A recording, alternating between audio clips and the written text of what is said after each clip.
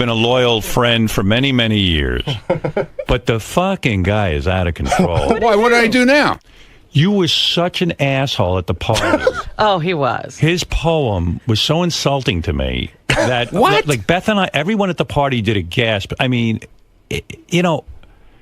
So Why was it listen to insulting? We go to the party and we're having a good time. It was great. It was great a fun. wonderful party. I throw a Christmas It was a party. great party. Why was it insulting? That's what I want to know. First of all, I got to tell you something. You know, you're an older guy now. You drink and get drunk so fast. I wasn't even drunk. What are you talking about? You couldn't walk. You were wasted out of your fucking brain. You're out of your mind. I got there, dude. You were drunk within 20 minutes of the party, but You're out of your mind, dude. Sloppy drunk. No, I wasn't. No, I wasn't. I wasn't. Ronnie, you were a little lit, at least. Whenever I came And in. he falls in love with everybody. Yeah. He's hugging me, kissing me. What did you do? You're so full of shit, too. Ronnie. Yeah, you were. Yeah. Ronnie. Who came over to me and said goodbye? Ronnie, what do you smacked do? me right on my mouth. You did. You kept holding on to me. I was like, I'm going to have to kiss Everything's him on Ronnie. the lips. I kissed him Everything's on each Ronnie. Yeah, cheek, okay. And now he's still holding me. What do? Do you order a drink when you walk in and then you slug it down? No. What do you do? Do you know how to Do you do shots before? What I do you wasn't do? doing shots. Lieberman was trying to get me to do shots. Listen to me. I wasn't doing any shots. Your ego. I didn't do any Your shots. ego is out of control. You're out of your mind. You know, the guy, My ego's out of control. I'm happy for him. He's doing some appearances. He goes to these strip clubs and various clubs. And I'm happy for him. But And he's got his deals, whatever they are. But when you get drunk, you say dumb things. Okay. Like, I'll give you some dumb things you said. All right? All right.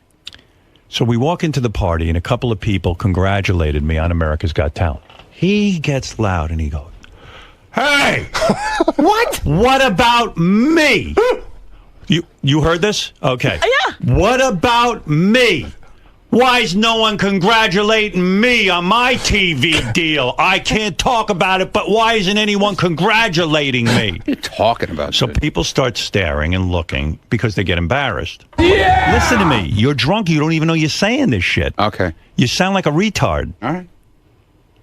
That's the first thing you do. Okay. And it's a faux pas. You sound like a jealous asshole. Okay. If people are congratulating me, it has nothing to do with you. I didn't say anything. I don't even know what you're talking about, but okay. Listen to me, Ronnie. This is what you said. Right. What Okay, I about heard you. And you didn't stop. You keep going on in your drunken stupidity. Now you get carried away. Okay. Now, then you get up and you have JD read the poem, which everyone was excited for. This poem, I don't remember much about it. Right. Some people think my boss is an ass. Some people think my boss is crass. And I'm sitting there like I'm embarrassed by this guy. Some people, in front of my wife, some people think my boss is an ass. This is the guy who Now, loves you. Would you do me a favor, Robin, and explain to him that everyone kind of looked around and went, "Oh my God." Right. Well, I'm not making this stuff up.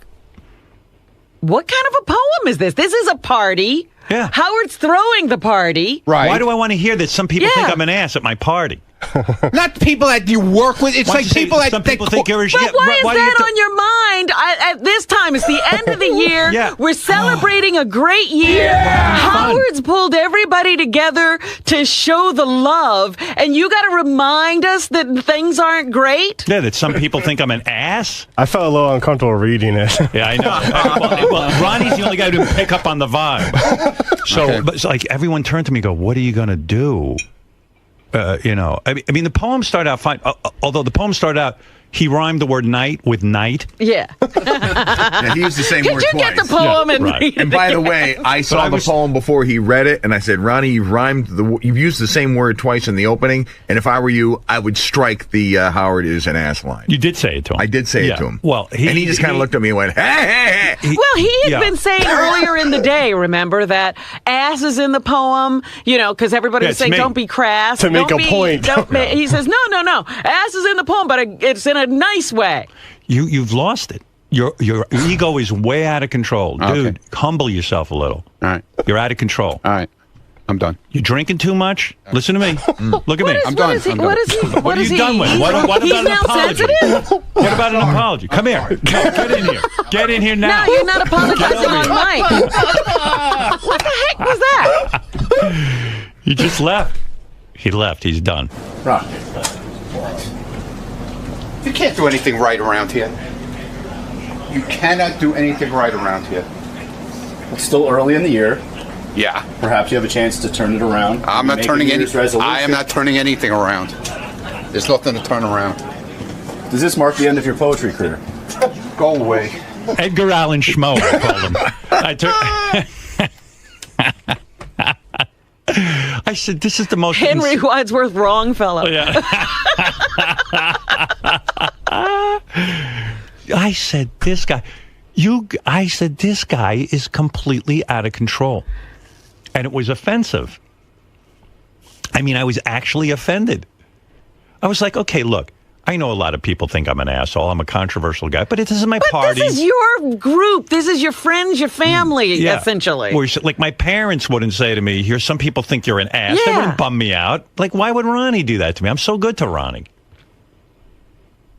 Some people think my boss is an ass.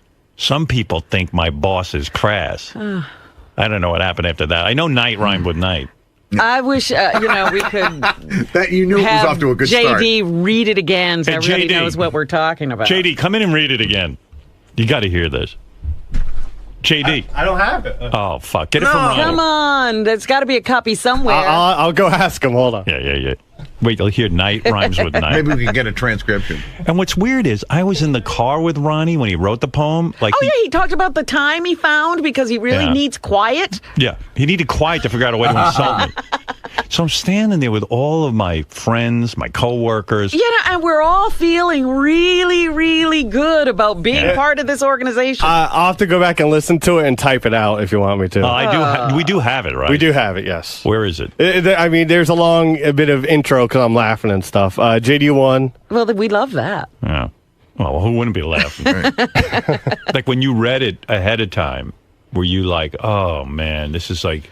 you probably wanted to help him out, and then you said, no, I got to read it the way it is. Well, I admit, like, I was actually embarrassed.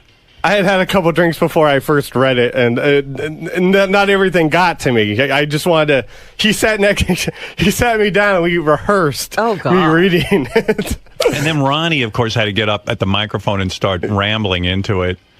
And making some sort of... He made 2 speeches. Yeah, well, you had gotten up and made a beautiful, beautiful speech thanking everyone and talking about what a great organization it is and how much everyone supports you. Yeah. And then I just wanted to say thank you because it was like a fantastic party. Right. So I got up and said something to you and, Beautiful, what you mean to all of us. Yeah. And then Ronnie grabbed the microphone. Right.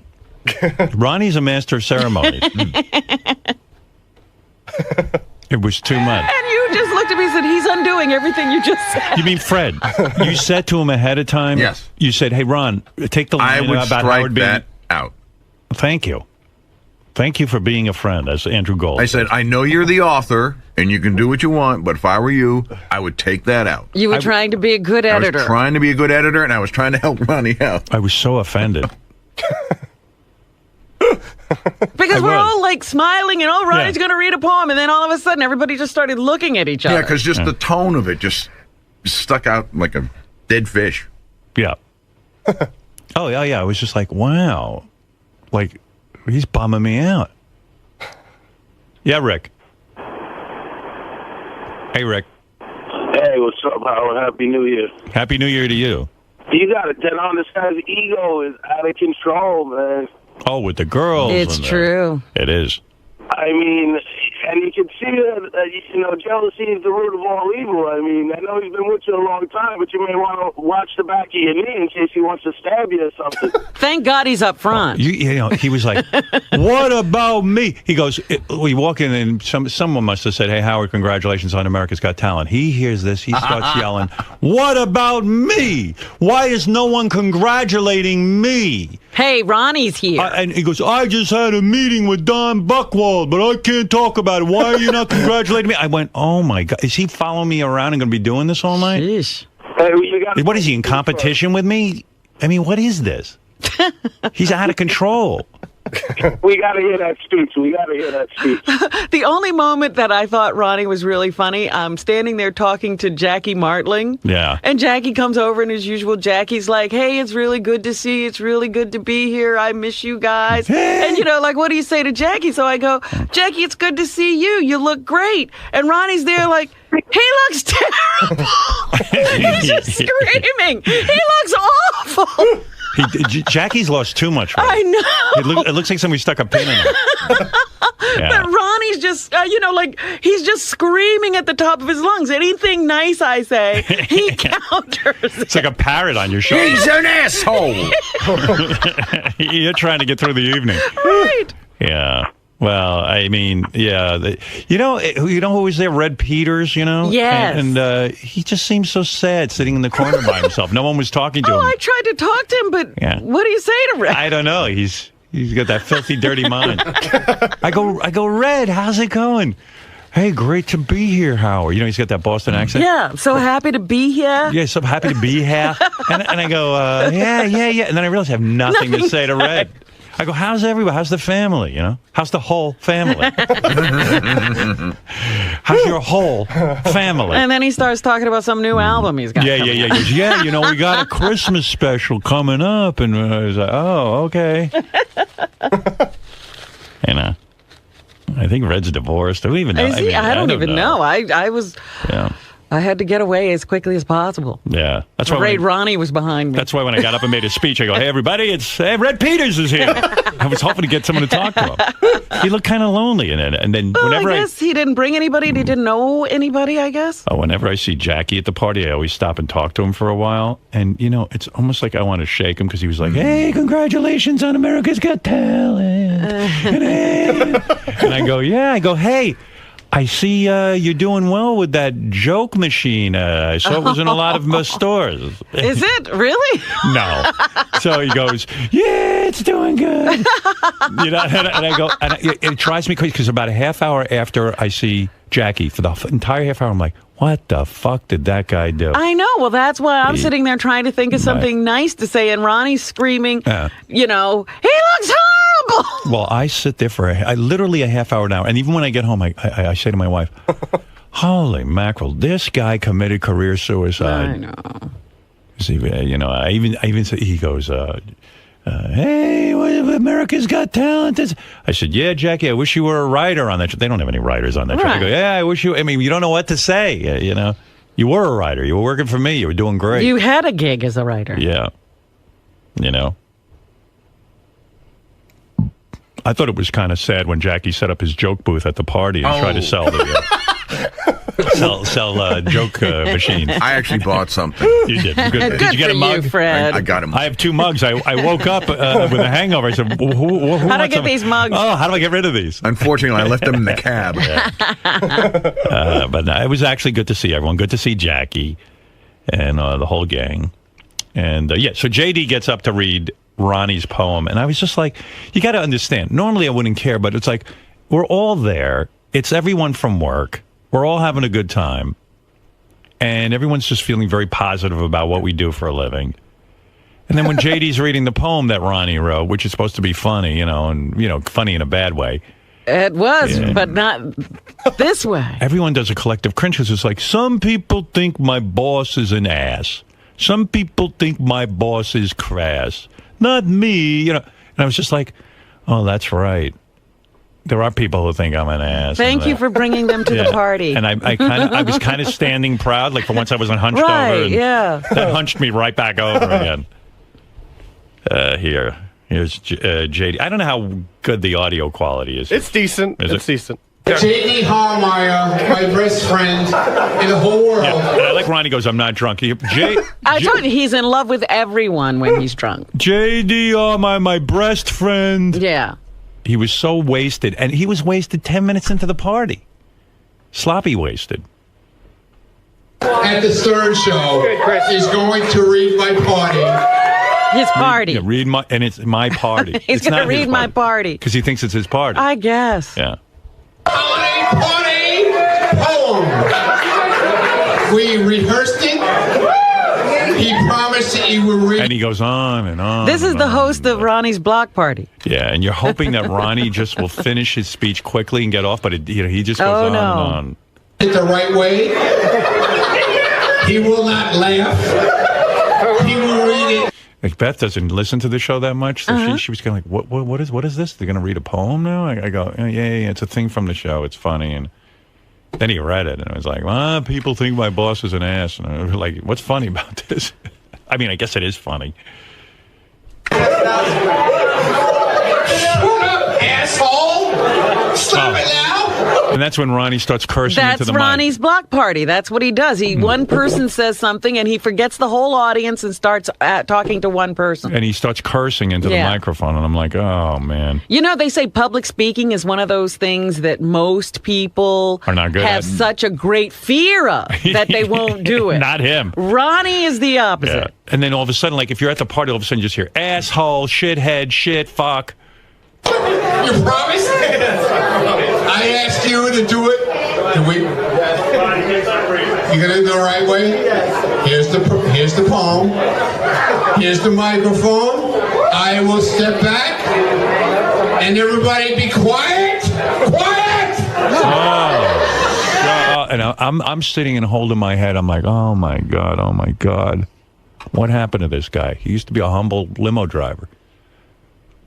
He's now a master of ceremonies. Again, like no fear. Nothing. Just, just goes out there and does it badly every time. He's gotten no better at it.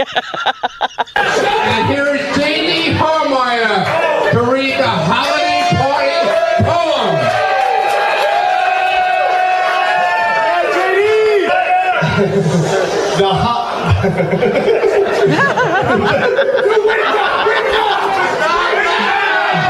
The holiday party.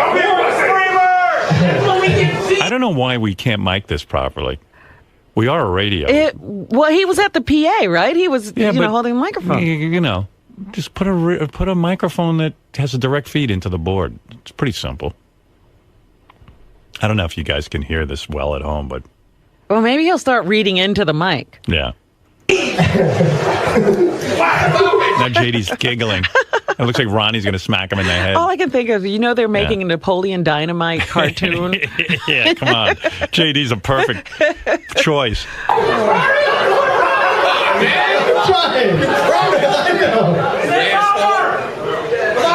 At this time every year, we have a party to celebrate our year. Year and year, right? What is it? Every time of the year. Yeah, he did. It was like a double rhyme. Right, a party to celebrate our year and year. I didn't expect good poetry from Ronnie. I didn't expect it to be insulting to me. We have great food, booze, and beer, and plenty of fun and cheer. Sometimes we have a DJ. Sometimes we have a DJ. Sometimes we do karaoke. And sometimes we even do the hokey pokey. We sing and we dance. And once in a while, a jerk will pull down his pants.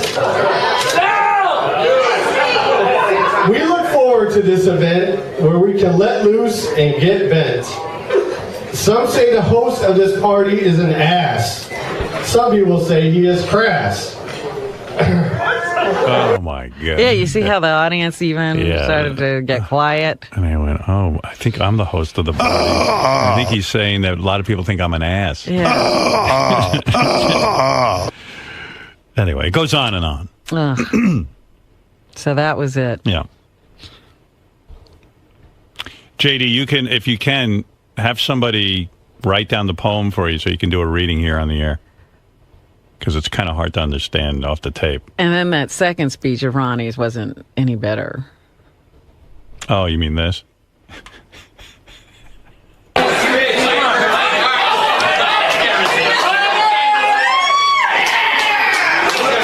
you, Robin. That was a great speech. But mine is going to be better. He got real competitive when he got drunk. Like he was like, hey, why isn't anyone congratulating me on my TV deal? And Robin, now I'm going to do a better speech than you. Yeah, that was great, but I'm going to be better. Do you really think you're going to be better, Ronnie? Why set it up that way? And he already spoke. Yeah. It's enough. People are getting a headache. It was actually like, it should have been done after that. Yeah. You and I spoke. It's enough. This is a man. It was like Ronnie's block party. Yeah. Yeah. We got a treat. Ronnie was the host. Most people pay for that. Yeah. We got it for free.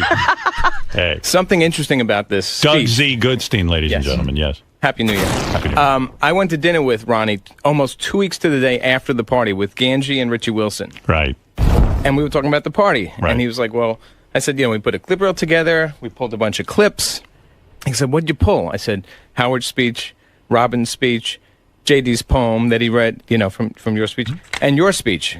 And he said, what the hell are you talking about? I said, don't bust my balls. Stop it. I didn't make a speech. And he was dead serious. He had no recollection of it. So he's drinking so much he's blacking out. And then Ganji had it on his phone. He said, Ronnie, here. So he played like 2 seconds. I said, stop. Don't play anymore. Right. You'll hear about it on Tuesday. You made a speech. He really had no idea. He does a thing where he's literally drunk at the beginning of the party. How do you do that? I think he does shots. I don't know. I don't know. But he's not I can't to speak to what happens, but it's nuts.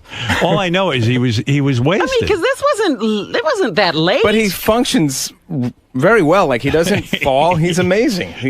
But I saw him like kind of stumbling around. Well, Stephanie's holding him Well, he up doesn't a lot. really fall. He doesn't black out. He's a party animal. He is. He really he's is. Dancing. Yeah. He doesn't know he made a speech?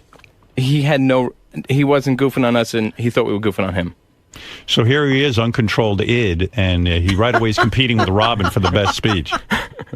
Robin, your speech was pretty good, but now let me show you how. Let me show you how master at work. Let me show you how the host of Ronnie's Block Party handles it. I'm a professional. Right. Who took me from a limo seat. I sat in a limo, in a broken down limo car, and this man took me. Oh, I wanted to just jump out a window. And you know what? Like, when I was standing there, I said, everything's about him. Yeah. I took him out of the limo, and I want to get him back in the limo. It's like taking a genie out of a bottle. It's like, you don't know Ronnie. Ronnie used to be a limo driver. Yeah, you don't know. The superstar you see in front of you wasn't always this man. Believe it or not, I was sitting in a limo. From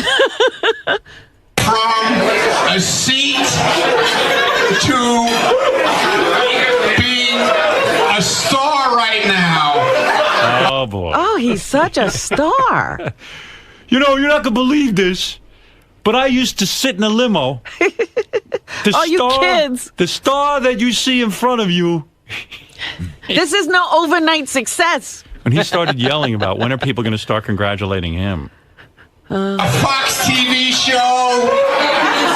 So where is this show already? And what is this about you? He's supposed to be saying something about you. We'll get to it. I guess that a lot of people think I'm an ass. I love this man to death. Good thing I got him out of the limo. Imagine what he'd be saying about me. He's the best. We love Howard Stern. I can't tell you how much I love this guy. I can't listen. Can you? I'm fascinated by every word. Okay. He's the best. 26 years with him. You can't be with him long enough to know how great he is. And his new wife, Stern. I've been with Beth 12 years. My new wife. Beth goes, I'm your new wife? I go, he's wasted. And I said, he's going to keep talking unless someone... I had someone go over and grab the mic from him. We love her to death, too. It's the best thing that has ever happened to me. To him. What happened to him? Nothing. Best thing that ever happened. I just want you to know, brother, you are the best, man. I love you, man. All right. And I'm like, okay, sit down. You are the best. Everybody, drink to Howard Stern!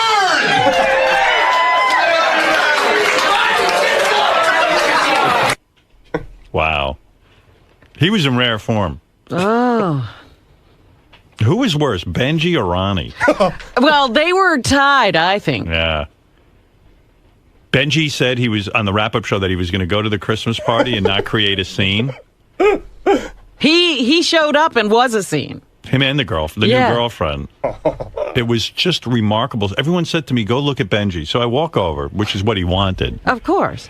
And he's dressed as a hip-hop guy, and he's got these 3 disgusting hickeys on his neck that, like, I mean, I've never seen anything more gross. And he's sweating. And then I go over and I say hi to him, and he's... Oh! Yeah, look at that. And he's putting on... Oh, my God. Look at that, Robin. Yeah.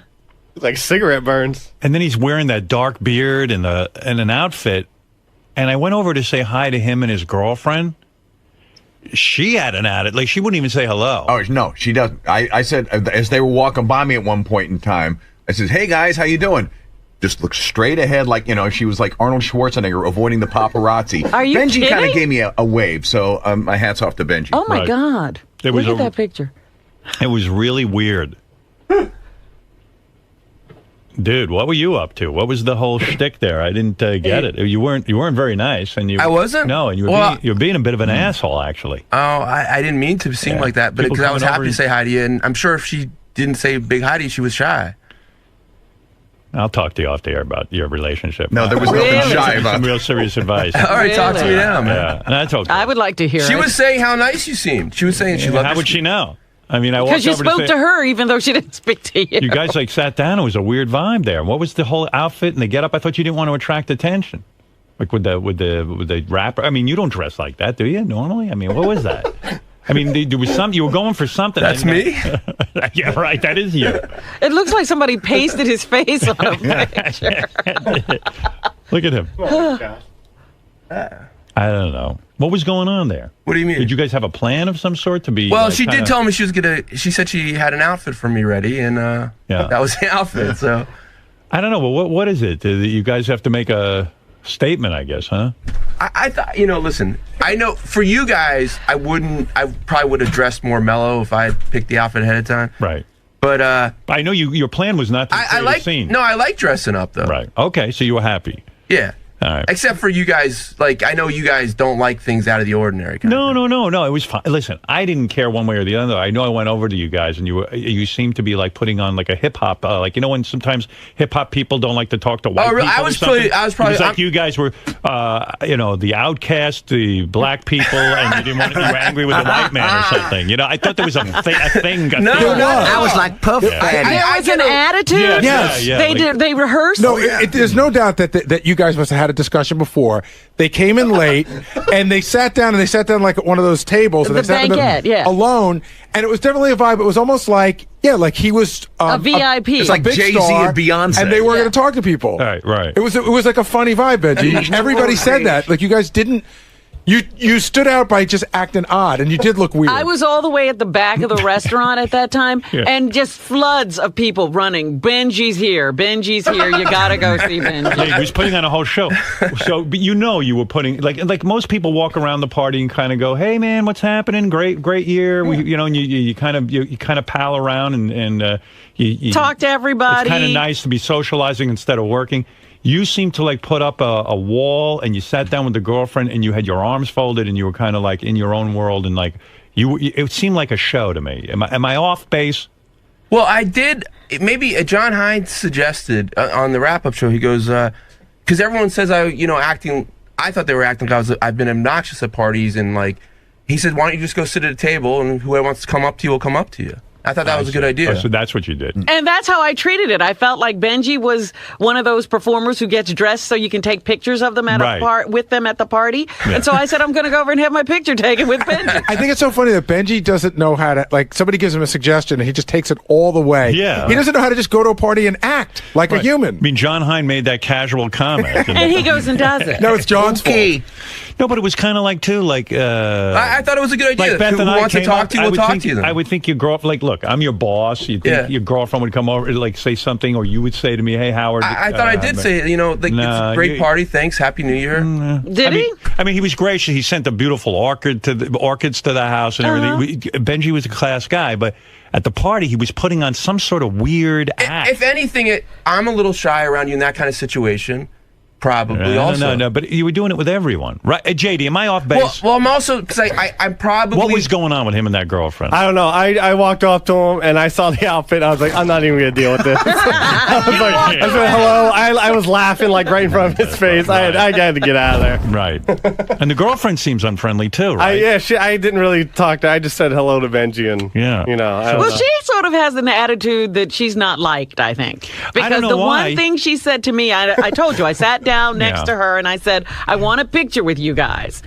And, she was like, yes, and she was posing for the picture and everything. There it is. Wow. And then she said, thank you so much for coming and take a picture with you. I said, I'm happy to. Yeah. And she goes, oh, yeah, right. Like that's the truth or something. Like she couldn't believe that I would do that. She said to me right after, she said, oh, that was so nice. I got to talk to Rob and she was really nice. You got to tell your girlfriend, nobody's really sitting and thinking about her all that much. I think maybe she thinks she's like Mariah Carey or something, I think I think you're thinking about it and getting all these thoughts in your head. No, I mean, we're not. We gave that vibe to everybody that was at the party, Benj. Everybody got it. Oddly, again, consensus. We all got one vibe, and you got a different one. We're not the nutty ones. All right. But I just came over to say hi and see what was happening, talk to your girlfriend, say hello, and ask her how her career was going. But you guys were definitely sending out a vibe, like, hey, like a P. Diddy thing. Yeah. It's a shame that Ronnie won't come back in. Right. Because I understand that there was some friction with Ronnie. I guess. Oh, really? I guess Benji's girlfriend was dismissive of Ronnie's girlfriend, and Ronnie got very upset. Dismissive? Yes. Yeah. Well, I don't know. When we walked in, Ronnie started cursing at us.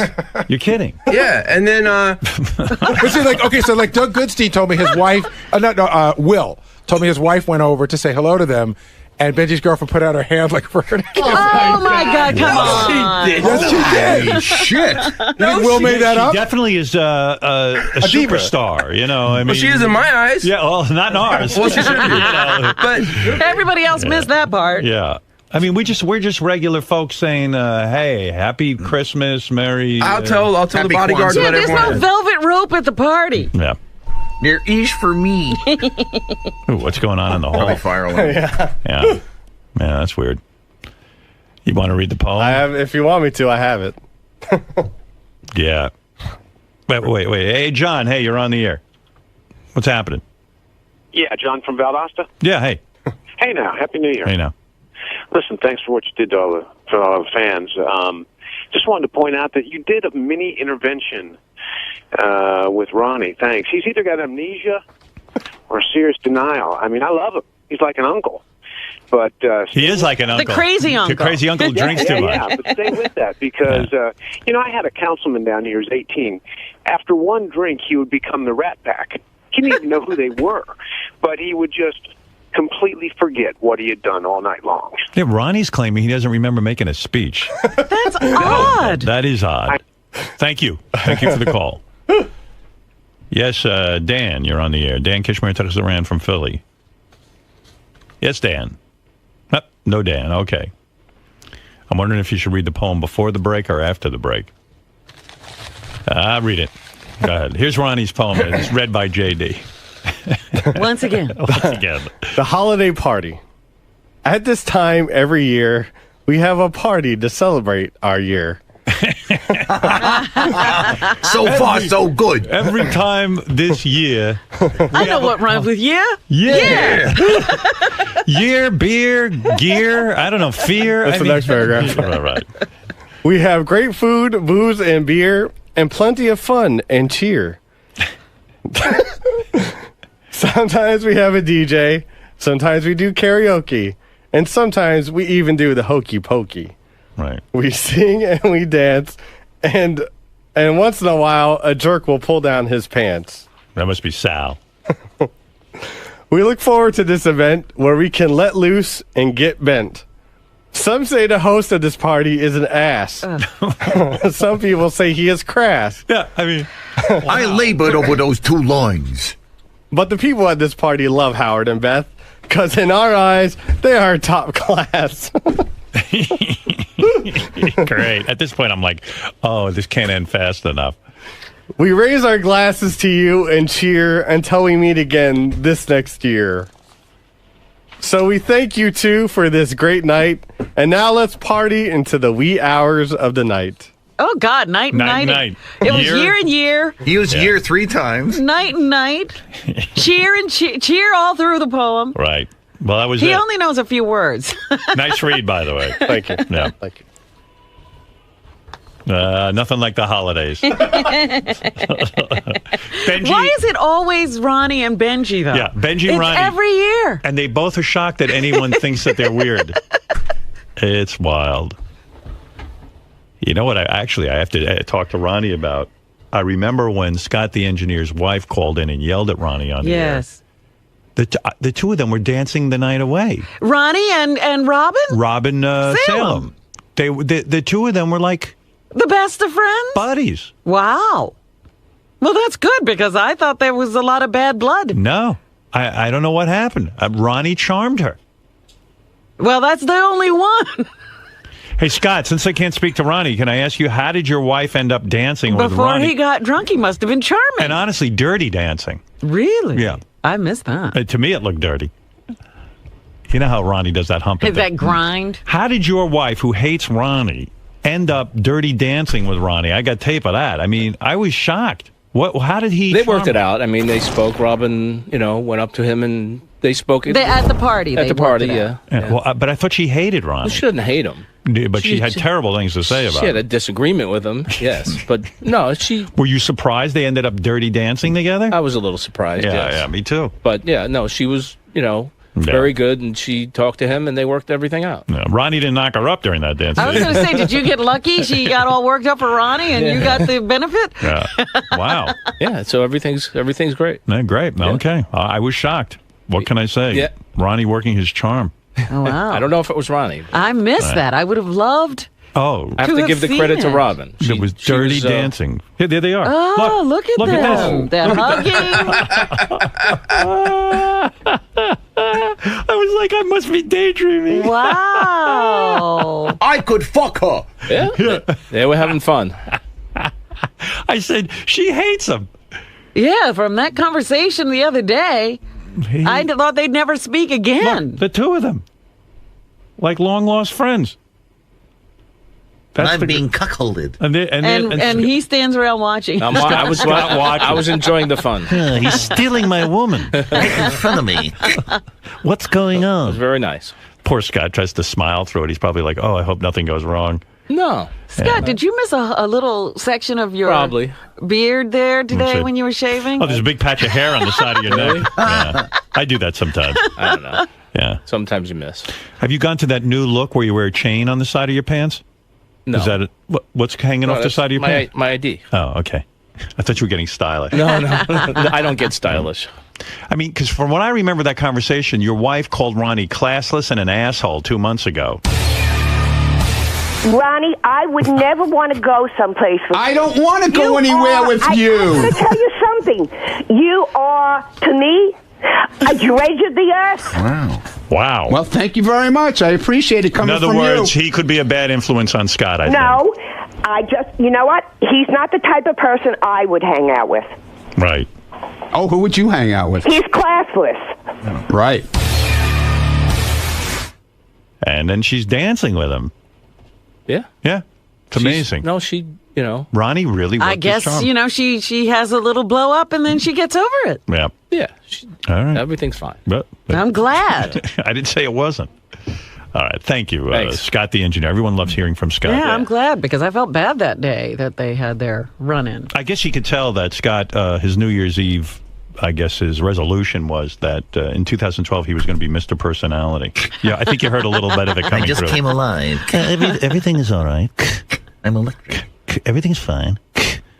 No. Everything's fine. No problems. No problems. I don't think it was Ronnie. He's fascinating. JD. Yes. Do you feel the same as Howard? I mean, it wasn't about me, so I can't. I don't know. Does Ronnie take it too far? I mean, everyone knows the way Ronnie typically acts, but I think Ronnie meant it. Listen, Ronnie wasn't trying to call Howard an ass, but he brought up that people think of him that way, and the Howard has said he's very sensitive, so I don't know. You're around Ronnie a lot. Do you think he ever thinks before he speaks, or do you think he just blurts out whatever's going on in his head? Depends. Depends. If he's drunk and there's not a whole lot going on out there. Depends on the vodka. It depends on the vodka and the vodka. Yes. So while you're standing up there, you mentioned you felt extremely uneasy. I felt excuse me, I felt uneasy about that line for sure. But listen, I was a little lit myself. I just got done drinking 2 Jack and Cokes like within an hour. So you had a little bit of liquid courage going. I had some liquid courage going, and I just wanted to power through the poem. Were you ever fearful that you're sort of going to be looked at as a moron by association because you're reading a published work by Ronnie Mund? Like they're going to blame you, even though you're just the conduit that's getting. No, it wasn't. I wasn't really going through. I just wanted it to be funny, funny in a bad way or funny in a good way. I just wanted it to be funny. That's all I was worried about. Ronnie. Yeah. We've kind of run out of time. I noticed that you're still very upset. You're still very upset with Howard right now. Your point? Well, a lot of time has passed. Usually you cool off, when people get their balls busted. I'm cool. But the anger's still there, the resentment for his comments. I'm cool. He's got his opinion. I got mine. And what's your opinion? My opinion was I didn't try. It was nothing to insult him. Believe me. If you listen to the whole fucking poem, it wasn't insulting. I think Howard comes down on It was just pointing out that certain people say bad things about him, but the people who work here think he's a great guy. But he didn't see it that way. He's seen it. I insulted him and his wife, so whatever. Do you think there's some things you could have done better in your public speaking at the party? No, absolutely not. I didn't do anything wrong. What will this ride home be like today between the two of you? I don't know. Ask him. Well, I noticed when you went into the studio before, you really gave him the cold shoulder. Are you going to continue this? I didn't give him the cold shoulder. I gave him his breakfast. He said, "How come I didn't come in? How come I was a baby?" I said, "I don't want to talk to you." That's all. It's kind of the cold shoulder. It's not the cold shoulder. It's a lukewarm shoulder. No, it's not a lukewarm shoulder. It's not a warm shoulder. It's a fine shoulder. And if you don't have talent, he's going to tell you, like Simon. It's fine. Speaking of the party, look who's here, Mr. Party. I'm the life of the party. Night rhymes with night. What time? Time rhymes with We're not doing time. I don't know. Does anybody know? Nobody said anything. No. No. That doesn't mean anything. I say no. 11:30. If you see anybody, tell them no. Just say no to everything. 11:30. Are we having a meeting today? I don't know. Say no. No, we're not having a meeting. 11:30. Hey, it's Gary Dell'Abate. On Tuesday's wrap-up show, we talked about how Robin had made a huge announcement that she went to a seminar over the weekend and she wasn't going to emasculate men anymore. We talked about it for a while on the wrap-up show before Robin got there, and then Robin walked in and she joined us. Here's what happened.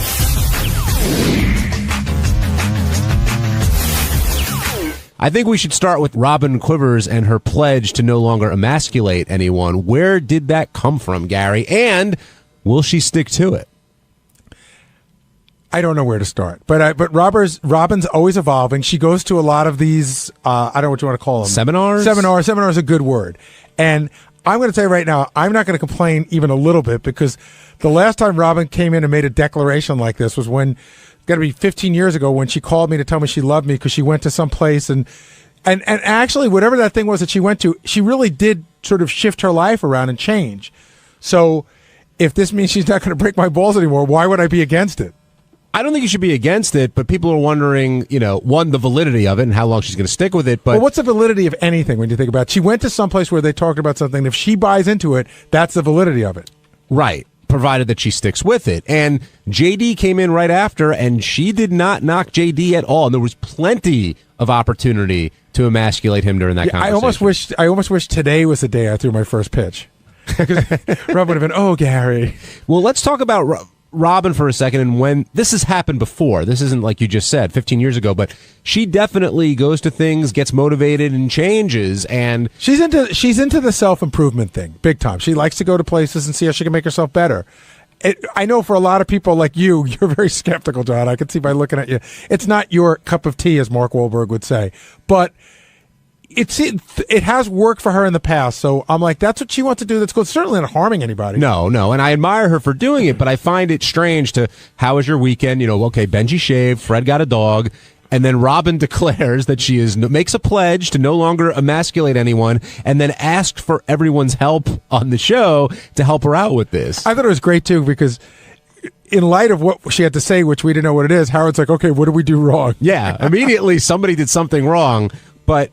So she makes this declaration, and Howard talks to her about it a little bit. Throughout the rest of the show, she doesn't really emasculate anybody, but I wonder if it's a struggle for her to do it. You know what I mean? Is she thinking, okay, I want to say this, but I can't say it now? I would think it's a struggle.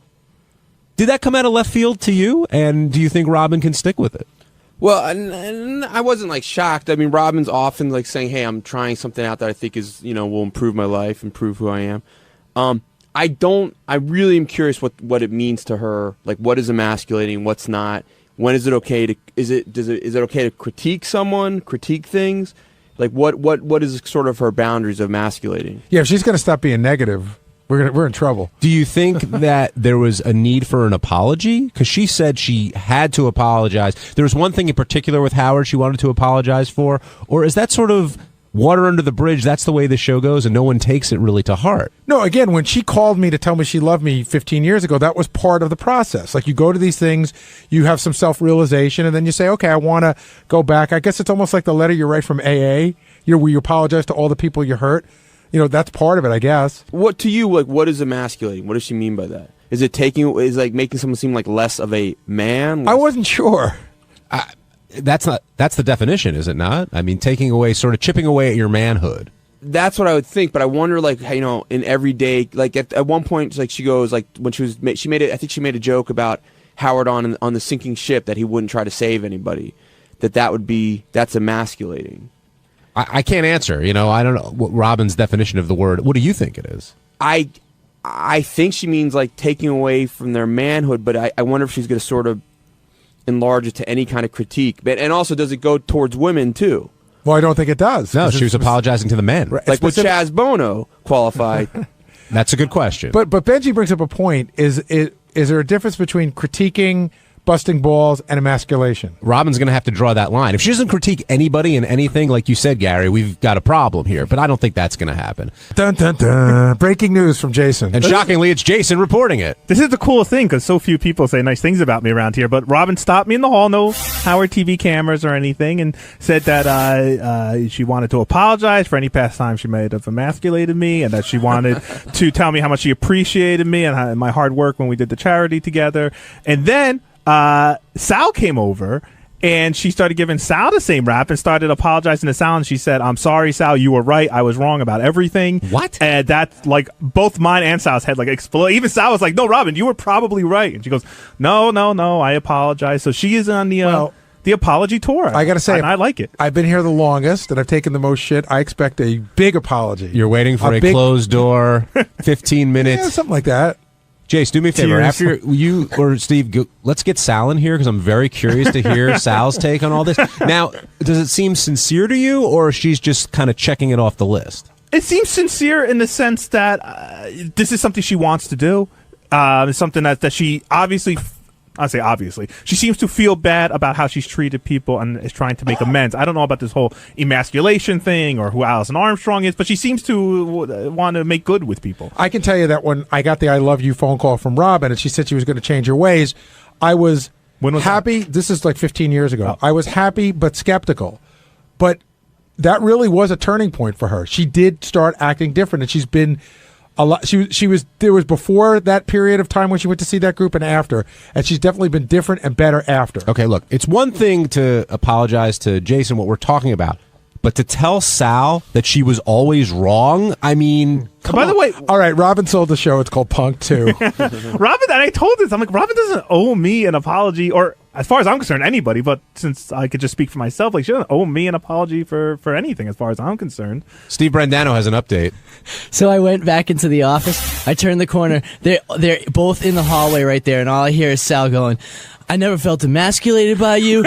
You can make fun of me, and they're still just in it. And I just turned around and came back. I'll go back there in a little bit, but Sal's definitely into the whole thing right now. Sal, by the way, Jason took it for what it was worth. Forget it was Sal. Sal's just sucking it up like a sponge. Yeah, and he's doing that voice that he does. You know, like his I got it. talk voice. The voice where he goes, "Oh, thank you, sweetie." Yeah. That's so nice, darling. Oh, aren't you sweet? No, he said, no, Robin, there's no need to apologize. I'm sure. No. Oh, we should get both of them down here, Steve, if we can. Sal just walked in, and I want to hear what. Hello, yoo-hoo. Did you stop Robin in the hallway? Were you stopped? What happened, and what did she say? Who was she speaking to? She was talking to me. She was speaking to Jason. I was walking down to the bathroom, and she goes, "And you, I have to apologize to you profusely." I'm like, "Me? What do you have to apologize to me for?" And she was just like, "I'm just so sorry for emasculating you for so many." I go, "Please, if anybody should be apologizing, it's me to her." And I told her, she's not emasculating anybody. She's entertaining. She's great at it. And, you know, if no matter how much icing you put on a piece of shit, it's still a piece of shit. Robin is just the opposite of the spectrum. She has a positive vibe about her. And at the end of the day, people know that she's a good person. How would you define emasculating? Like, what do you think she's... I'm making somebody feel inferior or weak or less effective. And has she made you feel that way? No, Howard has, but she hasn't. You know, I don't understand that. How can Howard have done that, but she didn't? Well, because I respect Howard so much, and when he says something, it hurts. Like today, he goes, "Robin, when he was talking about kidneys, he goes, how many dopes we have working here with low IQs? They don't deserve a kidney." And I'm like, I'm the one with the lowest IQ here. So that I take it as a personal jab. Are you the one with the lowest IQ in the office? I think I was the one. Yeah, it was me, then JD, then Ralph, then Richard.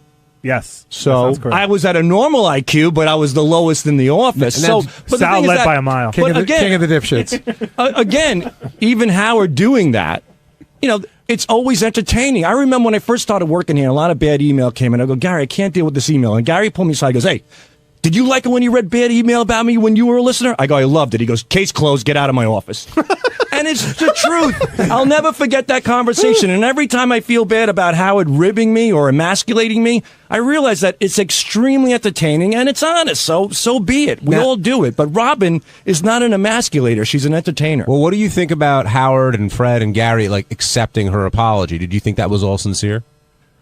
I think they're really getting a kick out of all this, especially Gary. I mean, Gary is just on cloud nine with this one. You know, it's just. I'm really not. I thought you were. I thought you'd find it's funny in a way from the outside. Actually, I got to tell you, I was trying to goof on it a little bit during the break, and Gary's like, "I don't see what angle you're going for here." Like, it wasn't like he was running around defending Robin, but he certainly wasn't going around saying this is stupid and this is idiotic. It certainly isn't. It's not. It's really a sincere, nice gesture. For me, like I look at this, Robin's always trying stuff, right? Right. This, whether you agree with it or not, has a point.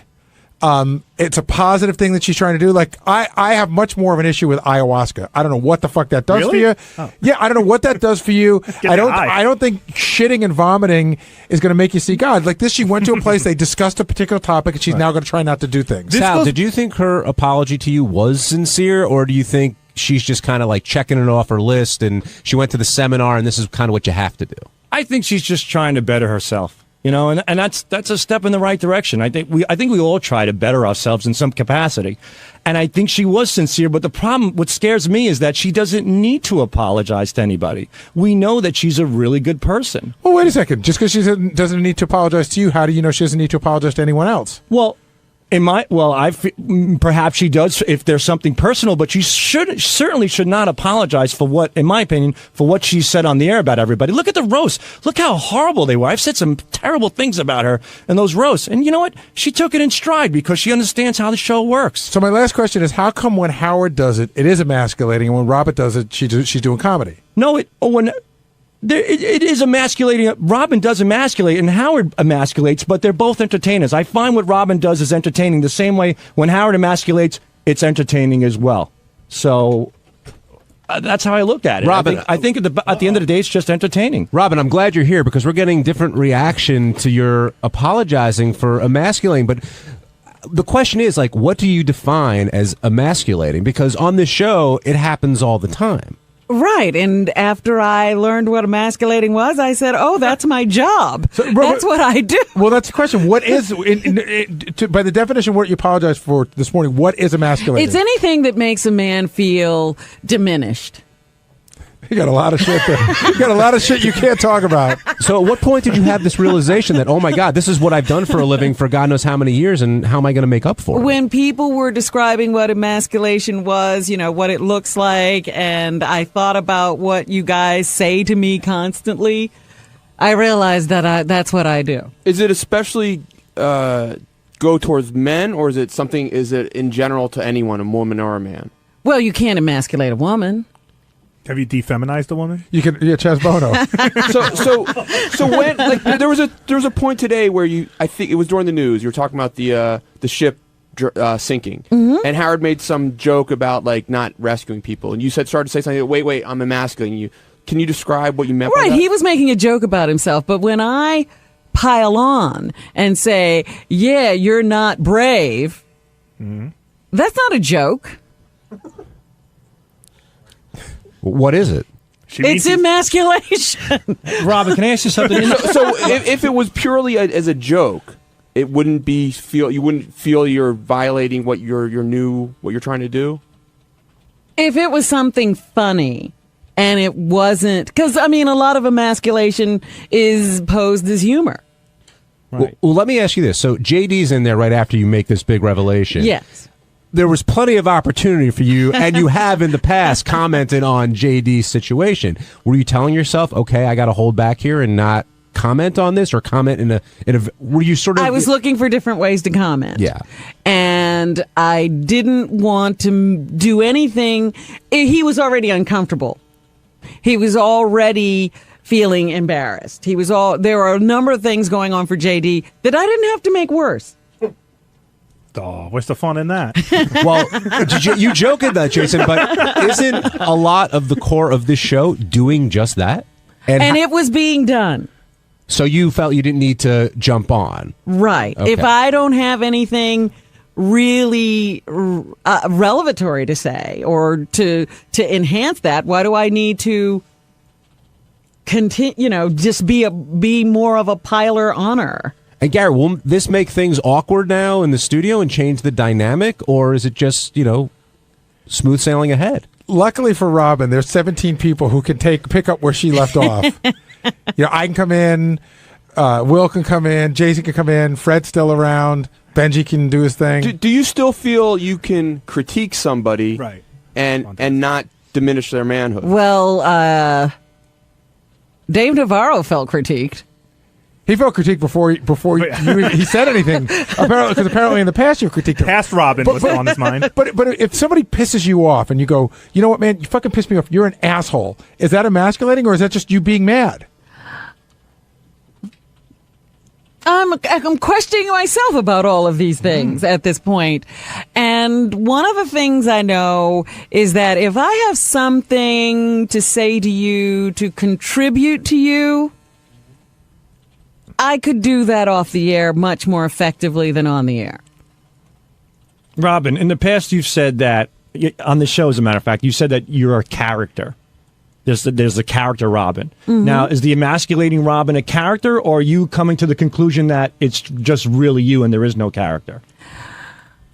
Well, there's certainly a character that I don't feel the way I act every day.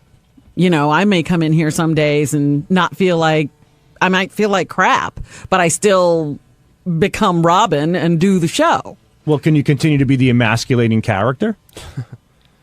That is not what I want to be. And why don't you want? Why is it bad to emasculate someone? Because it diminishes their capacity to perform and produce. What if you have no dignity left anyway? Like me. See, that's exactly what I'm talking about. Men do it to themselves all the time. I don't have to be a part of men that. Men do it to other men all the time. Yeah. That's called breaking balls. Right, but it is breaking balls. But when your wife does it, Oh, yeah. It makes a whole difference, doesn't it? Well, we've got the king of emasculation over here, Sal. I mean, you've had to deal with it at home. You've talked about that, how you felt it. But when Robin came to apologize to you, he just said, like, why is she? He doesn't feel there's a need for an apology. Absolutely not. No. Now, is it? Are you making yourself feel better by apologizing? I know that, right now we're all calm and nothing's going on. And I know that Sal has been very upset with me when he's in the midst of being berated by Howard. I personally when think, he hears my voice. I personally think, yeah, I'm when Howard yells at me, I get so worked up. Right. But, there are times when I want to attack Howard, and you know what? I think I intentionally take a cheaper shot at you. I vent on you, which is not fair to you. It's also because I've chimed in. Yeah, it is. I've brought attention to myself at that moment, and you look at it as, I don't need another shot fired.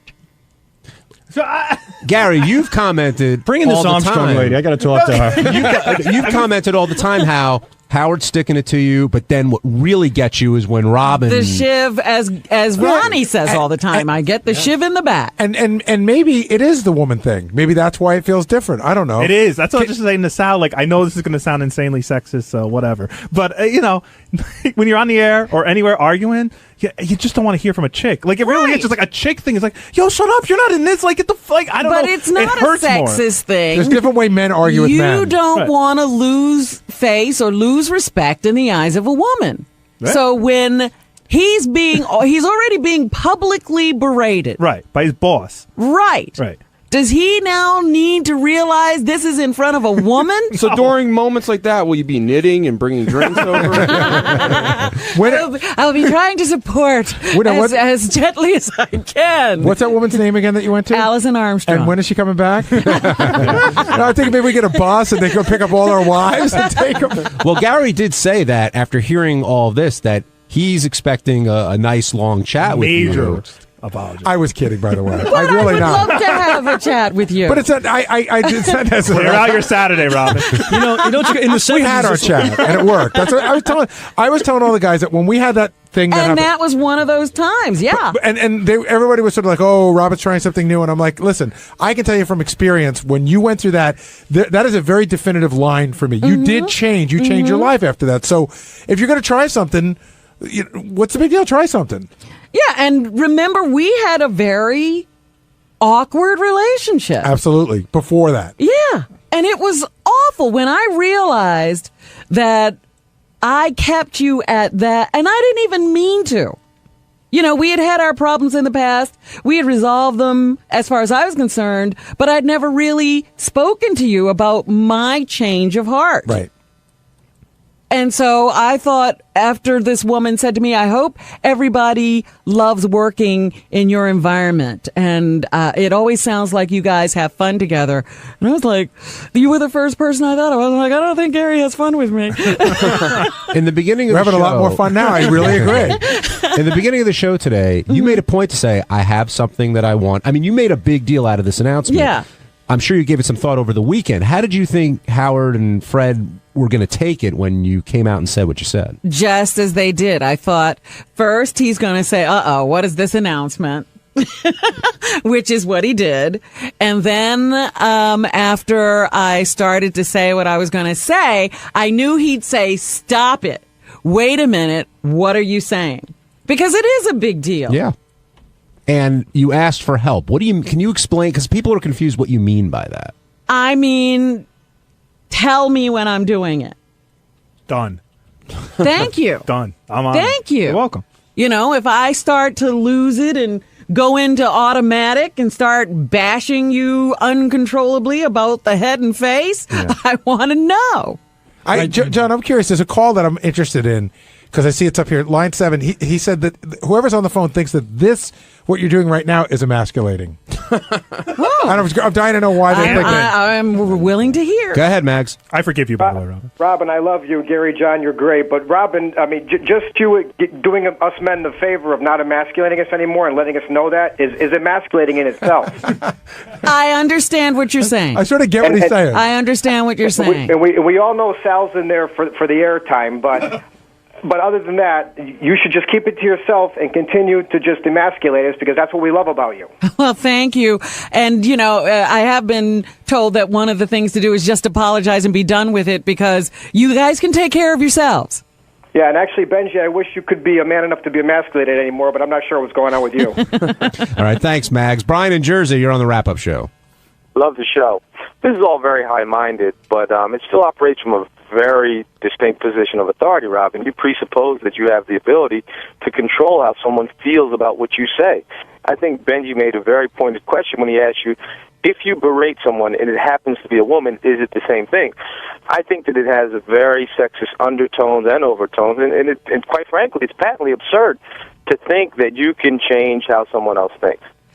First of all, women don't communicate to each other the way women and men communicate to each other. Right. And if I was going to tell a woman something, I would definitely not tell her the way I tell a guy because it would devastate her. No, I understand that, but again, you missed the point, I think, in that by, making this public declaration and all of these other, things, first of all, if you believe that this is something you can control, you would need help with it because you're high-minded enough to have seen that this problem exists in that you sought out this seminar or whatever, workshop or whatever you called it, to go and deal with these issues, which I think, quite frankly, is commendable. But the result, I think, is a little bit twisted in that, it really puts everyone else in a position of having to do something as opposed to you. You're asking everyone else to make you aware of what your behavior might be if they're uncomfortable, et cetera. And again, it doesn't really identify with whether or not your problems at root are being dealt with. I think this is more of an issue of perception. I was simply saying sometimes, things get very heated in the studio, and you can lapse into automatic. And I might not even realize that I've stepped over that line in a moment of heat. Hey, Rob. And that's what I'm saying. Call my attention to it. Let me give you like a specific example. And I think it's great to try to make the world a better place. I think that's where your heart is. Mm-hmm. Someone like Eric calls in, and a lot of people here call him Eric the Midget. Right. He doesn't like that. I think he feels it diminishes him. Will you stop doing that? I usually call Eric to his face Eric the actor or Eric. Okay. But that has always been the case. This is interesting. I know we're all getting fascinated by nitpicking the specifics, but it is going to be interesting to see how this plays out because it doesn't even sound like you're 100% sure how it's. I mean, well, you're still working on it. You're still working out the. Absolutely. Right. When I came to this conclusion, I said to myself, I wonder what I'll do on the air. So this is interesting. Well, right now, Robin she's got a 3-day chip. Right, That's right. I don't know. I might drink again. Have you had almost like, oh my God, I almost did it? Like, have there been a lot of moments like that? Like, I almost emasculated? This morning on the show, Howard started to say something about himself, and I started to, I just mentioned it, that he started to talk about how he wouldn't be saving anybody on the boat, and I started to go along with it. Yeah, you're not that great. That's basically what I'm saying. Jerry in Tampa, you're on the wrap-up show. Hey, guys, what's going on? Hey, Jerry. Hey, Robin's just like one of the guys in there. When Howard just starts busting on balls, she's going to be just like a guy and just pile right on. You know what I'm saying? But then again, Robin, you're cackling there. Now, when it comes back on you, don't be like a silverback and fucking be all defensive. What does that mean? He's saying that when you get shit, you're going to have to remember that you made an oath. I take a lot of shit already. No, but I think he's saying that if you start getting shit, you may lapse. Oh, that's exactly what I'm saying. I need to have people then say, you're lapsing. But if somebody will appreciate But if that. somebody's giving you shit, why aren't you allowed to lapse? Because they're probably giving me shit for what I did. Not necessarily, though. I mean, someone could be hitting you for whatever reason. Why would they be doing that? I don't know. Say they're, Say they're breaking your balls over whatever it might be. The natural reaction would be, well, you know what, and you go back at them. I think it's very difficult not to slip into that. Well, we'll see. We'll see. I can't think of a an instance. We'll see if we're working with Robin or a silverback. But do you think we'll lose? I just hope we don't lose any honesty. Meaning, if Sal pisses you off for whatever reason, and you guys are arguing, and he's being an asshole, and you want to shout, "Hey, Sal, you're a fucking asshole," we're not going to lose those honest moments, or absolutely not. Okay, good. All right. You're being an asshole, but you're a great man. See, I mean this in the most uplifting way. But Robin, when I call you an asshole, won't you think now at this moment that, hey, he's probably right, there's something I did in the past that makes Sal call me an asshole? Not in the past. It probably will be in the moment. All right, you're an asshole. Let's go. Right now, you're an asshole for this whole stupid emasculation You're not thing. even being sincere. That's true. I don't know what the fuck. You just met Sal? Keith, you're on the wrap-up show. Yeah, I just want to say that I think Robin is a great part of the show, like everybody else there. And I think if you stop emasculating, you're going to ruin the show. Well, one of the biggest things that emasculates men is interrupting, which is, I'm the queen of interrupting all of you all the time. And that's one of the main things I'm working on. Yeah, in the 70s, it would have been a punch in the face. So, yeah. Ask my mom. Or Johnny Carson's second wife. Yeah, exactly.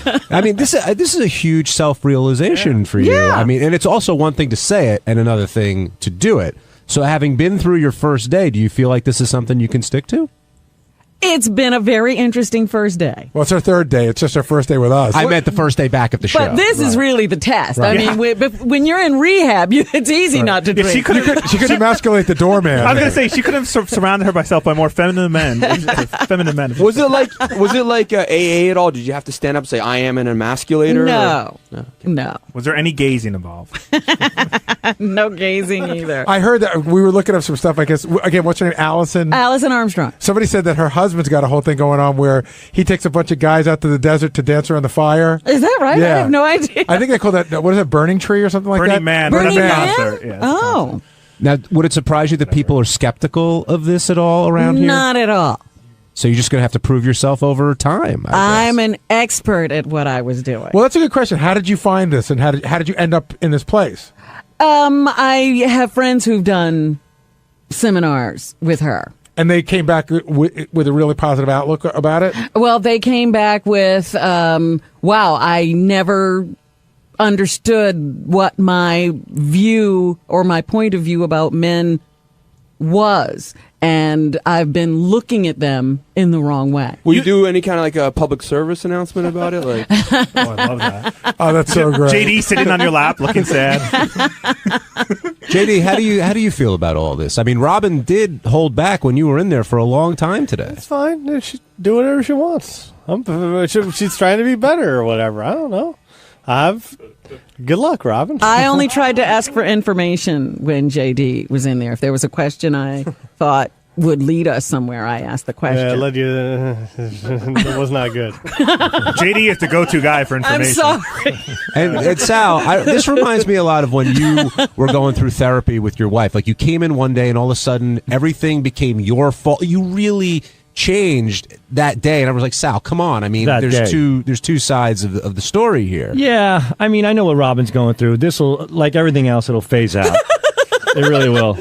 One day, I mean, I don't mean that in a bad way, but one day it's lemonade and cayenne pepper. The next day she's racing cars. The next day she's on horses. The next day she's skydiving. Now she's being nice to us. That's the craziest fucking thing out of everything that she's ever done. It's much safer for her to get in a car and go 120 miles an hour than to be nice to Sal Governale. Trust me. So you almost sound disappointed. You sound disappointed that she's being nice. I think everything she's doing is great. She's heading in the right direction. It's awesome. But Robin needs to realize at the end of the day, she's a great person. There's no denying that. So you don't when you emasculate us, it's all part of the game. So Sal, with your logic, you don't forgive your wife. You think she's a bitch, and you just live with her because you have no place else to go. You said it, not me. No, I think my wife is just fine. She's just fine. Oh, by the way, what a great compliment. Women love to be told that they're fine. Yeah, Robin, you're fine. Did you take anything out of that therapy that you now apply to your marriage? Yeah, I took money out of my bank account and I gave it to my therapist. Just lobbed that one right in there, didn't I? On Wednesday's wrap-up show, all the talk was about Roger Waters coming by and doing an interview with Howard. He doesn't do any interviews, and there's a ton of Pink Floyd fans here, myself, Scott DePace, Gary. We don't agree on much, but we do agree on Roger Waters and how great Pink Floyd is. And here's how that conversation went. A lot of big Pink Floyd fans here. DePace is a huge Floyd fan. Jason Kaplan is a fan. Brian Phelan, myself.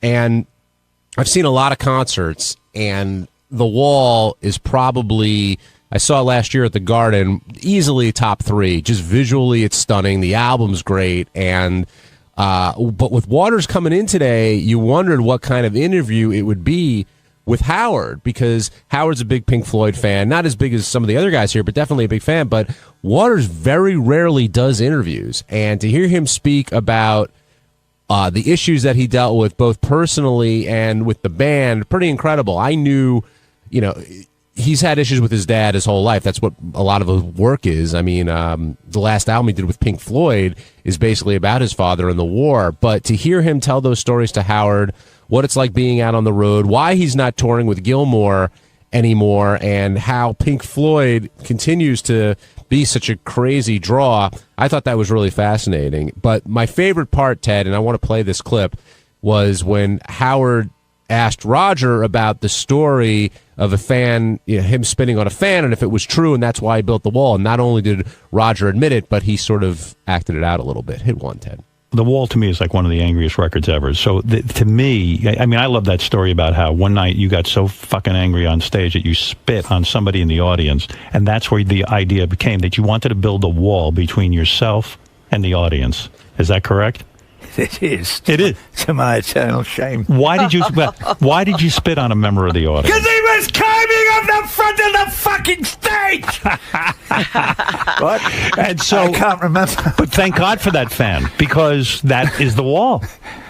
And what's great in that clip is you got to hear both Roger Waters. You heard the subdued British interviewee, and then when you heard the anger come out, you're like, yeah, that's the guy we're sort of into. So Gary's not here yet, but a fellow Pink Floyd fan who I believe I'll be attending the Yankee Stadium show with, if we can get the tickets, is Scott DePace. You're going to be my date? I'll be your date. All right, nice.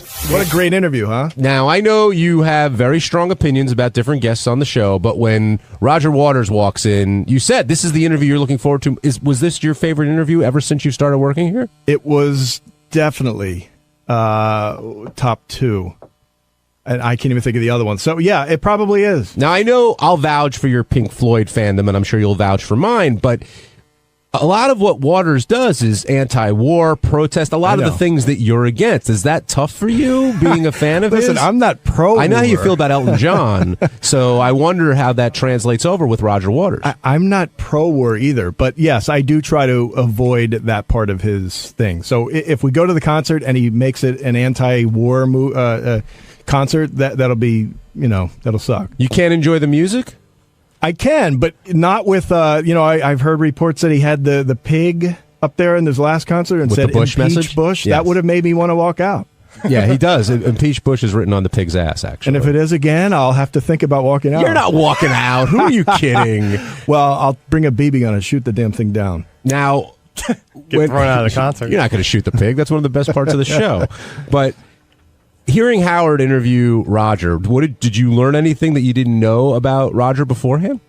Well, I learned that I like him a little more. I'm actually a little more of a Gilmour fan. I always took his side in the argument, But I did learn that Wish You Were Here story I thought was great. Yeah. Where Gilmour just had the guitar lick and then Roger basically completed the song, So that was special. But so many musical legends have been up here. McCartney for one. There are others. Why did Roger? Now, people who aren't Pink Floyd fans don't know that he doesn't do a lot of the interviews. Period. Let alone talk to Howard. Right. And I just spent, I'd say, all of my high school years and some of my college years getting stoned listening to Pink Floyd. I think most people do. I think it's part of the success of Dark Side of the Moon. But now you're a Pink Floyd fan, but you didn't get stoned, right? Back then, yeah, I did. Oh, you did? I got to ask you, Scott, because I just got to know, did you, at any point in your life, did you do the Wizard of Oz thing with Dark Side of the Moon? No, well, yeah, we probably tried it and it didn't work. But so it works at some points. Yeah. My son tried it. I'm hoping he wasn't stoned. Why did everyone think it was so strange that you're going to go with your son to see the show? I don't know. I mean, some people think that kids should go do the thing. And by the way, I don't do everything with my son. They go to the Jet game. Him and his buddies go. It just seemed like he said, "Hey, Dad, if he ever comes, I want to go." And I'm not even positive that he could round up friends to go. I don't know how many of his friends are into Pink Floyd. But he is really big time. So he's really big time. He's a stoner, Gary. Yeah. Well, you got to be into the Wall, that's for sure. If you're going to go see this, not necessarily Pink Floyd. Does he know more than 2 or 3 albums? I think he's. Here's a funny thing. Like, I don't know that he knows albums anymore. Now you just get Pink Floyd's greatest hits. Yeah. Like, I don't know that he knows Dark Side of the Moon or The Wall as a conceptual album because kids don't just listen to shit that way anymore. I just know that when we go up skiing, I can hear in his iPod the song's going on. Like, he'll listen to. I turned him on one time to "Shine on You Crazy Diamond," the long version. Yeah. I think it's 18 minutes long, right? Yeah. Which part? The one that's 18 minutes long, and I said, it's such a great song, you got to hear it. And afterwards he goes, Dad, the song's 18 minutes long. And I go, yeah, but then I caught him listening to it like 10 more times. Yeah, the point when you get into animals, you're a stoner. Yeah. I don't know, but he's not into, that's the thing, he's not into albums. He knows that this is off of this and this is off of that, but I don't know that, he may have Dark Side of the Moon on there, but probably he's got there's a 2 or 3 CD greatest hits that's got everything. Beginning to end, can you come up with a better album than Dark Side of the Moon? I'm talking complete album. Well, I mean, I could throw Born to Run up there. I could throw... No way. I could throw Hey Jude. I could throw Sgt. Pepper's up there for sure.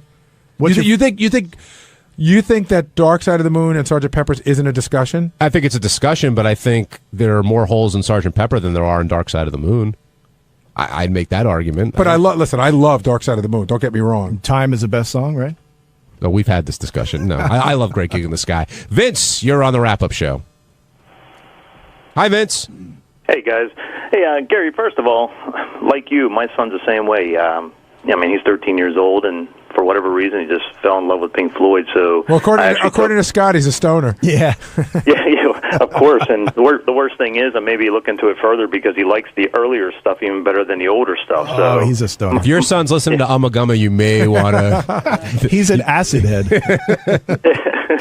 Which is the album with the fucking 13-year-old naked girl on the cover, the redhead throwing the plane? You know what I'm talking about? That weird looking... Oh, yeah. I know exactly what you're talking about. It almost looks like something like Uriah Heep or something. Yeah, I know I don't remember what it is. But nonetheless, I always think Howard does a great job at interviewing people, but I was kind of taken back by the fact that he kept, number one, he would ask like Roger questions, and before Roger could even really address anything, he was on to his next question. I felt that a lot. I think if you guys listen back to it a little bit, I mean, obviously you guys being there, you probably don't listen as clearly as a listener does, so to speak. But also, I thought... I caught he did that in the Wish You Were Here story, and I found myself yelling at the screen, go, no, let him fit it. And then what Howard was doing is bringing them back to the story. Roger had went aside, and Howard was bringing him back. So he knows what he's doing. Yeah, it's twofold. He's keeping Roger on track, but also Roger speaks kind of laid back and slow, and Howard is all about pacing, and you got to keep things moving. But it's tricky because you don't want to rush. I mean, look, the ambulance Beirut story, that took 20 minutes to get back to. I did find Roger, and I thought this was more of Roger's personality, because I believe he probably gets his ass kissed quite a bit. Howard's like, come on, tell us. And he's like, calm down, and I'll fucking tell you. Yeah, I'll get there. But which is funny. But what was your other comment? No, we lost him. Oh, he had another comment. Yeah, people always say Howard's the world's best interviewer. I don't think that. I think he's one of the most entertaining live interviewers, but I think that's a lot different than one of the best interviewers. And maybe he could be if he wanted to be. Well, I think he gets the most out of people, and again, we're lucky that we have a forum where we can do that, because Howard said, or somebody said they saw him on Jimmy Fallon, and Roger wasn't that dynamic. But I don't think you can get a decent Roger Waters interview going in 7 minutes. Yeah, it definitely took a little while to get him comfortable. And Howard, the first question he asked him about sex, Roger's like, okay, I knew you were going to ask me about that. I wonder what interview Roger expected, because this is a rare... he knows. But this is a rare thing where, the two of them met each other outside of the studio. Then when you come in... But he said he listened to the show a couple of times. I find that with people like him most of the time, they come in and then they walk out and they go, it wasn't nearly as much of that stuff as I thought there was going to be, because if you don't know the show that well, you think that's all it's going to be. The other thing I thought was interesting was Roger saying that the band was a really tight unit until Dark Side of the Moon, and that's when things started to go off the rails. And I wonder why. Could they not deal with the success, or was it Roger sort of taking over the band? He said they accomplished their goal at that point, right? They were at the high, so at that point, I think and I'm a Gilmore fan, that Roger slowly started trying to take more and more control, and that's what the other guys got pissed off. Now, I gave Howard something from the Rolling Stone interview that everyone just did recently, and I think Roger said that Gilmore and the other guys kept telling him that his voice was off, that his voice sucked, and that maybe he shouldn't be singing as much, and I think he might have felt that they were trying to drive him out of the band. But yet he sung more, Well, That's the maybe weird thing. I mean maybe like when Howard was asking Waters about, hey, if McCartney said to you, will you come and work on a song with me? And Waters says, I'm not someone that really likes to collaborate a lot. So maybe it was more of that. Maybe he just doesn't want to collaborate. I also like how he said when he was first forming the band, if you're the guy with the least amount of talent, you're the one who should be pulling everybody in, and that's what he did to form Pink Floyd. But there was the whole Sid thing, and there's so many places to go with this interview. I thought my favorite part of the interview that I love for any time you have a musician and was Howard got him to break down songs. Like, when he started talking about money and he started humming the song without the words, it's like, okay, we got this great riff, but now where do we go? When he started talking about how, was it Run Like Hell? Was he talking about that? He said, Wish You Were Here. No, it was something else. It was a riff, and he's like, it was like, dang it, dang it, dang it. Wish You Were Here. Was it? Yeah, and then he went off into a room, did his thing, and then gave it back to Gilmore to put his touches on. And I'd seen back, some of the recording sessions for Dark Side, and that's how it seems. Like Gilmore is constantly doing overdubbing, and Roger's yelling at him how to do it. But it's weird. Like, even when we had Slash on, we had heard that story, like Sweet Child of Mine was Slash, that beginning riff is Slash is practicing, and Axl was upstairs and heard it and wrote words to it. Everyone doesn't always get in a room, so it's always very vague on who is responsible for how much of a song.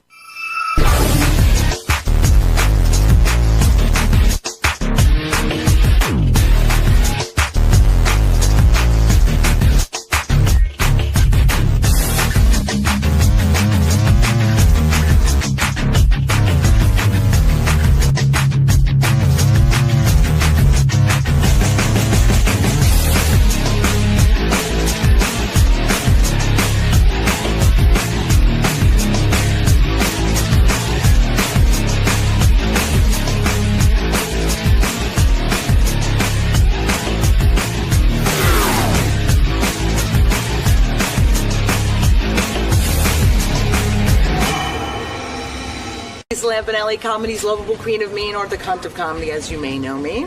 And I'm here today to talk about my Howard 101 special tonight, which is exciting. It's about race relations. I'm also here to talk about my HBO special, Long Live the Queen, and also probably to talk about a lot of guys who tried to touch my feet. Ugh. Lisa Lampanelli, a good friend of the show, is coming in to promote her stand-up special. Lisa Lampanelli, Long Live the Queen. Look at the Queen. Look at her. And where is this special airing?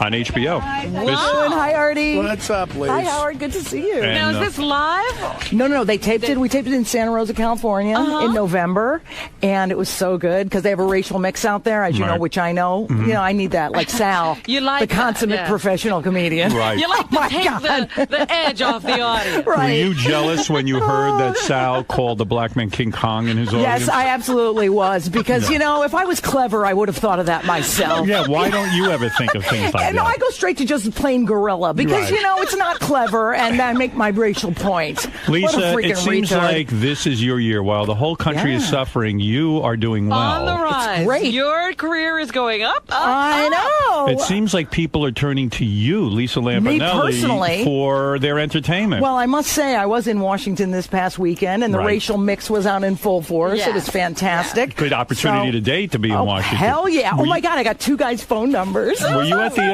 inauguration? No, I was not. You were not? No, but wouldn't that have been great for me? It would be like a 1,000,000-man march right up my cunt. Lucky you. You look great. Thank you. Are you losing weight? Yes, I did. I went down a whole size. Look I'm at so you. happy because I started working out. Yes. I have this personal What are trainer you who comes to doing? my house, just aerobics and then weight training. And I'm eating my little nutrition like I told you last time, my 6 small meals a day. Right. But I got into exercise because I started writing my book, Yes. Chocolate Please. movies because it's about all the black men that I had sex with. It's kind of sort of like reads like Schindler's List, but with a less happy ending.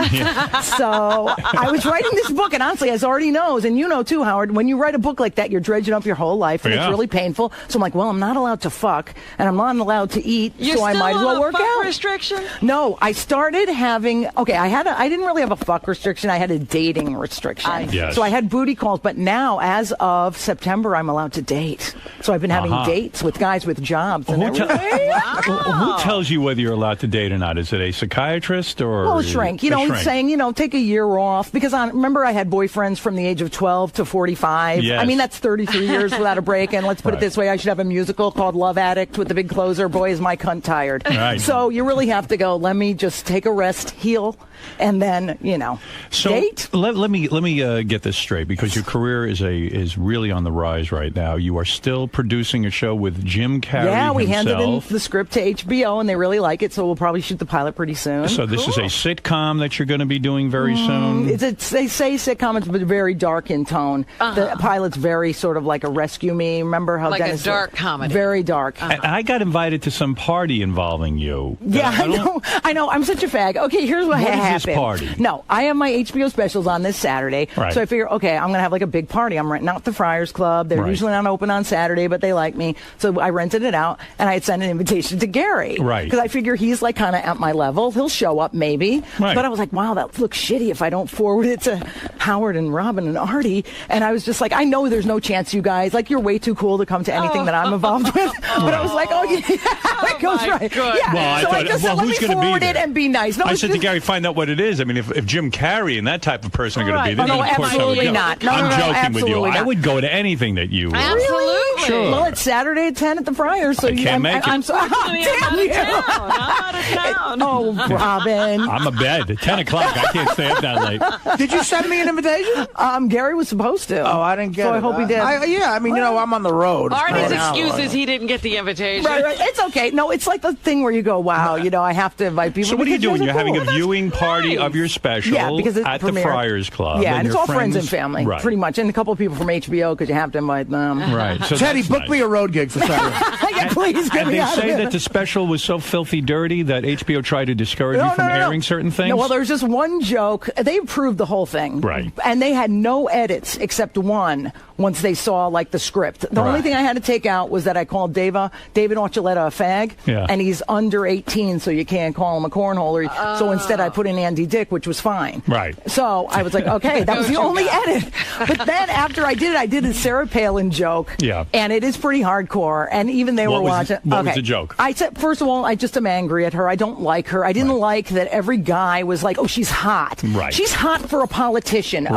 Right. Compared to Eleanor Roosevelt and Hillary Clinton, she's a 10, but compared to Pam Anderson, she's a deuce at the most. Right. And I said, Ann, bitch, I got 3 words for you. Close your legs. How many fucking kids do you have to have? Right. What are you, black? And then I said, and then she has the nerve to have the retard kid. What the fuck is with the retard kid? That is God's way of telling you to shut the presses. Retard kid is the warning shot of the reproductive system. You're so right. I thought this was nice. Right. See, right. you understand This me. is educational.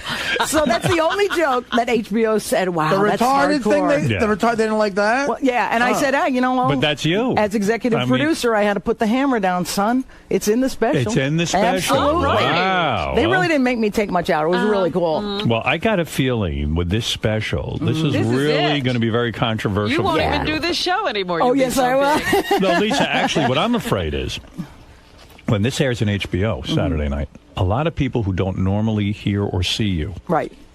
are going to see this. And I think it's going to lead to some problems, actually. Oh, really? Yeah, I think your material is very hardcore, and people don't understand where you're coming from all the time. They're going to just see this, and like a lightning bolt, they're going to go, hey, this woman's racist. She's... Well, but the thing is, you see in the audience, I mean, I get a standing O on the way in. There was like, I mean, you're talking about a lot of different minorities in Santa Rosa. Really, their motto should be, Santa Rosa, where the Jews are annoying, the faggots are well-dressed, and the blacks know their place. So there is a lot of sort of mix there. And there's gay guys who showed up in tiaras. Right. I just hope people understand. If they don't fuck them, because guess what? I don't want you to be the drunken Negro cookie guy. Well, by the way, I think that is very racist because I think they should have called. First of all, blacks are not known for being drunks. Okay, they're known for doing crack. So it should have been the crackhead colored cookie, which, by the way, has alliteration, 3 C's. Okay, so fuck that racist bastard. You got to make it funny. That's the difference between me and Sal. I beg the difference. I know a lot of drunk blacks. Do you? Oh yeah. But you're not known for it. Lisa, I meant to thank you. A couple of weeks ago, you did a special here on Howard 101, right, where you hosted a sort of a party, a Lisa G's cookie party. Oh, Jesus, have mercy! And you were there with Jason Kaplan and Lisa G. It was like sitting through Last Cookie Standing. It fucking sucked my ass. That party was so bad, it sucked the funny out of me. First of all, I love Lisa G. You know she's my enter. But let me tell you right now, I show up and she has a tiny freaking apartment. You had never seen the apartment before. And it was the sweat. There's like 100 people crammed in. It was so sweaty. I was sweating like Kathy Griffin at a Carrot Top lookalike contest, okay? I mean, police. So then I walk in and it's all Jews. And I'm like, what is this? Well, the Jews. It's all Jews. There's no Catholics. So I can't relate to anybody. Then I'm trying to make dirty jokes and just kind of keep it alive. Yeah. And then we had technical difficulties. I was like, I got to tell you, I would tried, not have. Howard. I tried. Listen, I love you for that. Nobody but can make I that felt thing so fly. bad for you, and I even said to Tim, Lisa's better than going to Lisa G's cookie party and hosting it. I mean, if anyone, is Lisa G's party even broadcast? I don't know. Because it was like Miserable Men wasn't available that night. You know what it is? We started out the channels where if something was going on, we'd say, hey, just stick a microphone, like it's Sal's Thanksgiving or something like that, where something might and if nothing happens, it's just like wallpaper. Yeah. But this is live. I know. And then they tried to make something out of it, so they asked Lisa Lampanelli to host it. And Jason was no fun at the party? Well, Jason actually was pretty fun because he's fat, and fat jokes are hilarious, you know, because he is misshapen and large and eats things and has tits that hang. Yeah. But so that was fun. But poor Lisa, she really knows how to party like it's 1949. I heard. This is horrible. How does she have... And she had no freaking food, dude. That's what I heard. Check it out. 7 o'clock. I'm on a goddamn meal plan. I'm on 6 small meals a day, which does not include cookies and shit. And I said, maybe they have something nice, like a little an hors d'oeuvre or something. Yeah. The bitch got no freaking food. Not even a peanut for This LL. is what I heard. When you have a 7 o'clock party, right? That's dinner hour. Right. You can't invite people to your home. Right. I mean, I'm not, what's her name? Martha Stewart. But you can't invite people to the home at 7 o'clock and just have cookies. Even a cocktail party, they have hors d'oeuvres. Right. I went through her cabinets just to find food. I said to she had hired 2 bartenders, I'll like, cover me while I go into this bitch's refrigerator. Yeah, She's got nothing.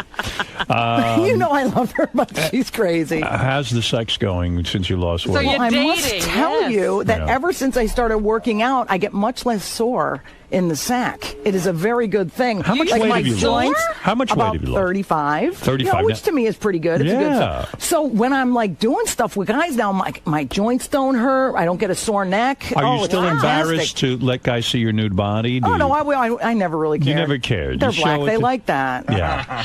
No, they do. And you've been picking up. Now, are you dating white guys or is Okay, it no, what black happened guys? was, well, this is the problem. That's why I wanted to call my HBO special Lisa Lampanelli, not just for blacks anymore. Because Right. I said to my manager, I've created this prison where people just think I love the brothers, Right. which I kind of do because you'll see their skin and it looks like it tastes like chocolate, but it doesn't. If you lick it, it's just like axe and sweat.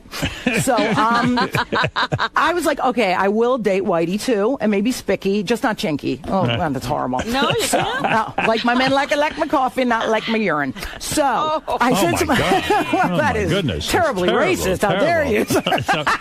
Lisa, So let I me- started having a little bit of sex, little booty calls, pretty disastrous, very low life guys. And now I'm dating kind of guys with nice jobs. Like I dated a lawyer. I had a date with a surgeon, if you can believe it. I had a date with a sportscaster, which was weird. Black sportscaster, black surgeon, Get black. this. Yeah. Black sportscaster in Utah, Salt Lake City, Utah. Wow. Do you believe there is a black How in did you Salt meet Lake him? City, Utah? He was on He'd the same have to radio be station. on TV. That is like, I mean, there are no blacks. That's like finding a pack like a standing in a bathtub. So we can watch. And they see you and they say, hey, there's a white woman I can get. Yeah, probably. Very Is that how it attainable. works? I'm like a gazelle, the weakest one of the herd. Yeah, and well, this guy and I had talked a lot on the radio. We kind of had a rapport. Who was very sexy, you know. Right. And so we ended up. We didn't end up having many dates, but we spoke for a while until he was very conceited. It was all about him. And everyone knows there's only one star of a Lisa Lampanelli relationship. LL bitches, step off. And so you banged this guy? You actually had sex No, with I him? did not. Oh, you did That's what not. I don't bang them till I hate them. What I do is I have dates with them, and then I'm like, well, you know, if it's worth a second date, I make them wait. Maybe have a good night kiss, maybe a tit squeeze, maybe an ass poke, something like that with a finger, not with a dick. No. So, like right now, I'm just kind of dating. But if I hate somebody, like I met a guy that's in L.A. and he came to Vegas to see me.